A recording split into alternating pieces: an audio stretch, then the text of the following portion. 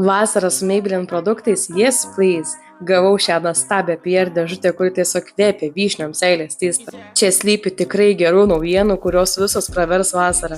Jeigu ta vasara vis dar bus. Žinoma, pačią pirmą grėbiau lūpų kaukę, po kurios mano lūpos buvo pridrekintos ir putlios. Nusprendžiau išbandyti abu makiažo primerius, todėl vieną pusę padengiau su Grippy serumu, o kitą pusę su Jelly Poreless. Abu primeriai savo sudėtyje turi 2% niacinamido. Abu primeriai ant odos nugulė tikrai gerai, bet širdis sako, kad Grippy yra geriau. Maybelline išleido ir 3 naujus matinius skaistalus, kurie yra tikrai ryškus ir pigmentuoti. Spalvos mane tiesiog užborė, o aš nusprendžiau savo skruostus papuošti tokiu mini saulėlydžiu. Abi spalvos tarpusavyje atrodė tiesiog tobulai. Toliau ant podiumo žygiuoja 2 naujos švytėjimo suteikiančios priemonės. Viena už kitą gražesnės, bet aš pasirinkau šviesesnę spalvą. Šie produktai puikiai sklaidosi su pirštais ir galite panaudoti tikrai įvairiai. Sekančios, bet ne paskutinės naujienos, tai yra 3 naujos lūpų balzamų spalvos. Jeigu nori tokio juicy lūpų efekto, tai šitie lūpų balzamai yra tikrai pats tas. Šie lūpų balzamai tiesiog lydosi ant lūpų, jūs tik pažiūrėkit, kaip gražiai atrodo.